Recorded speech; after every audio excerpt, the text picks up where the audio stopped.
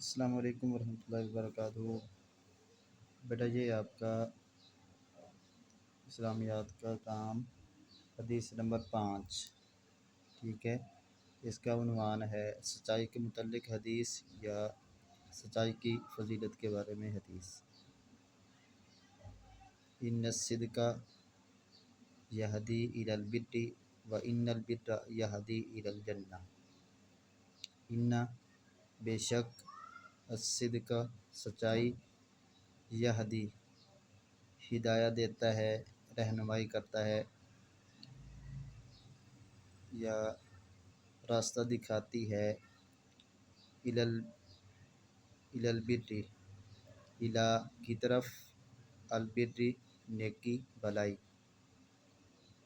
و ان البر واو اور ان بے شک البر نیکی یہدی راستہ دکھاتی ہے یا لے جاتی ہے، الی کی طرف، الجنہ جنت۔